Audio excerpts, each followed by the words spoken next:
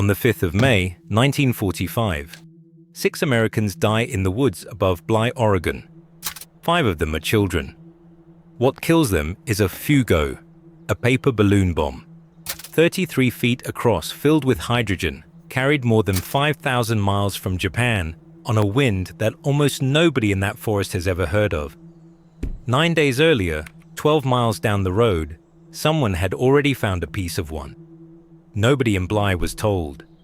Not by the army, not by the Forest Service, not by the local paper. 6 people are about to walk into brush that their own government already knew was dangerous. Not one of them is warned. The question is why? Bly is a logging town in south-central Oregon, about 170 miles from the sea. On a Saturday morning, Reverend Archie Mitchell drives his wife Elsie and 5 children from his Sunday school class up toward Gerhardt Mountain, 13 miles northeast of town. A picnic and some fishing at Leonard Creek.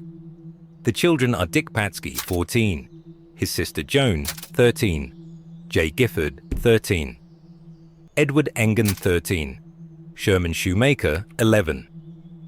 Elsie Mitchell is 26 years old and 5 months pregnant with their first child. They reach the creek.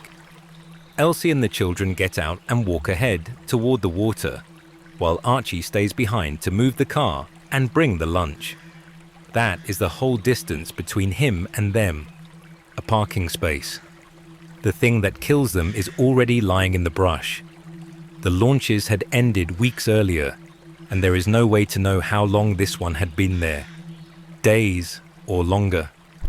To understand how it got there, you have to go back 3 years to the raid that Japan never forgave.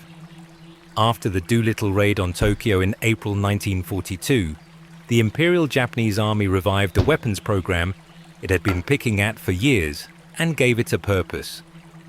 The idea was to attack the American mainland without an aircraft, a ship, or a pilot.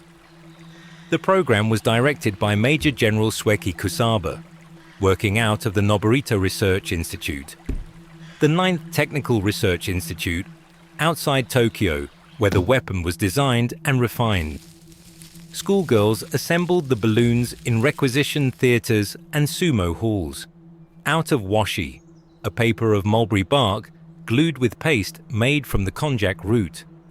Each one was filled with hydrogen and carried an altimeter, a ring of sandbags on an aluminum wheel, and its payload, a single 33-pound anti-personnel bomb and a set of thermite incendiaries. The mechanism was the clever part. When the balloon sank too low, the altimeter dropped a sandbag and it rose again. When the sand ran out, it dropped its bombs and destroyed itself. What made any of it possible was the wind. 30,000 feet above the Pacific, there is a river of air, what we now call the jet stream, running west to east at well over 100 miles an hour.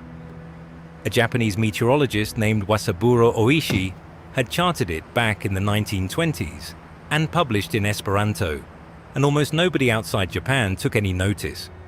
Japanese researchers mapped its path across the ocean during the war itself. Ride it, and a paper bag becomes a delivery system.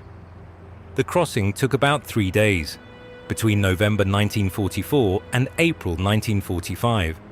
Roughly 9,300 balloons were released.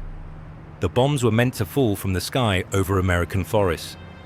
That is the part that matters at Bly, because the balloon in those woods had not done that. It had come down whole, with a live bomb still hanging underneath it, and then it had waited. Here is the number this story usually gets wrong. You will hear that 361 balloons reached North America. That figure is real, but it is not what people think it is. It comes from a tally published in 1997, and it counts that many known incidents, sightings and fragments and finds, across the United States, Canada, and Mexico, most of them from the war years themselves, with material still turning up decades later. Not balloons that arrived during the war. The wartime record is smaller and stranger. Between November 1944 and August 1945, American authorities logged 285 balloon incidents.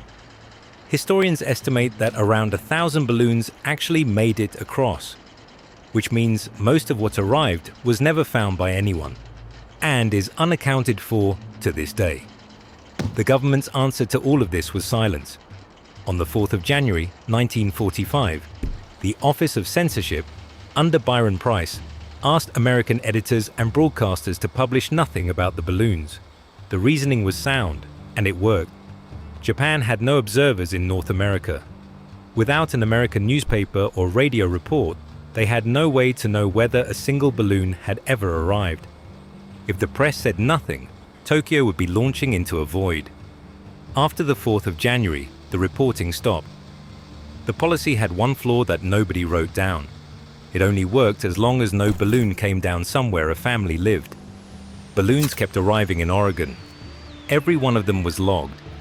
In his 1973 catalogue of the campaign for the Smithsonian, Robert Mike listed the recorded incidents. 2 of them sit immediately before Bly on that list. On the 23rd of April, at Lake of the Woods, roughly 60 miles west, a balloon envelope was recovered, along with its valve and its ballast-dropping apparatus. On the 26th of April, at Beatty, 12 miles from Bly, someone found a fragment of balloon paper. That was 9 days before the picnic, and about a 20-minute drive away. Neither of those things was a secret from the Army. Both were logged, catalogued, and passed up the chain. What did not happen was any of it traveling sideways to the people living underneath it. There was no alert and no warning in the local paper. Nobody walking into that brush had any reason to think that pale paper in the undergrowth was anything but trash. The policy gambled that silence was safer than knowledge. In 9 days on a mountain road, it gets tested. Elsie and the children find it near the creek. A great collapsed envelope of pale paper tangled in the brush, shroud lines running out of it across the pine needles, and slung underneath, still attached, the bomb. She calls back to her husband to come and see what they have found. Archie Mitchell described the next moments himself, years afterward. As I got out of the car to bring the lunch, the others were not far away and called to me they had found something that looked like a balloon. I heard of Japanese balloons, so I shouted a warning not to touch it. But just then there was a big explosion. I ran up there, and they were all dead. That is his account, he shouts. He is too far away, and it makes no difference. What actually set the bomb off has never been established. Both surviving accounts point the same way, and neither rests on an eyewitness. The site's National Register nomination says only that apparently one of the children touched it. Mikesh records what the forestry men who arrived first assumed, that the victims were clustered around the balloon and that someone must have tugged it. Nobody who could have said what happened lived through it. Every confident version of those few seconds is filling in a blank that nobody ever filled. The explosion left a hole 3 feet across and 1 foot deep, through fragments nearly 400 feet, and was heard by a Forest Service road crew working 150 yards away. Their foreman, Richard Barnhouse, reached the clearing at the same moment Archie did. They did not all die together. 4 of the children were dead when the men reached them. A 5th died soon after. Elsie's clothing had caught fire, and Archie put the flames out, and she died a few minutes later. 6 people, the only Americans killed by enemy action in the continental United States in the entire war. And then the government made a choice about what had just happened. The Forest Service was directed to report that the explosion had occurred from an unknown cause. Cora Connor was the Bly switchboard operator. She spent that day connecting the calls that brought the authorities up the mountain, so she knew exactly what had happened. The Forest Service cautioned her to tell no one. Everyone was angry, she said. They were getting very violent. They knew something had happened to the kids. She kept her silence, and she had nightmares for years afterward. 9 days after the deaths, on the 14th of May, the government began circulating warnings about balloon bombs through schools and civic organizations. Restricted channels, not newspapers. On the 22nd of May, the War and Navy departments issued a joint public statement describing the balloons in general terms and telling people not to touch strange objects. It did not mention Bly. It did not mention that 6 Americans were already dead. The country learned that on the 31st of May, 26 days after the explosion, when the Undersecretary of War told reporters in Washington that disclosure had become necessary to emphasize the need for precautions. That is the argument made by the government itself. A warning was worth issuing. It had not been worth issuing 9 days earlier or 4 months earlier to the people standing in the brush. Ed Patsky lost a brother and a sister in that clearing. "We didn't know what happened for a long time," he said. "Then, when we found out, you couldn't help but have some bitterness." In 1949, Congress approved $20,000 for the families, $5,000 to Archie Mitchell, $3,000 to the family of each child. It was paid. It was not called an admission of anything, but the argument its backers made, Senator Guy Cordon of Oregon among them, was that the public had never been adequately warned, although the military knew the balloons were reaching the country.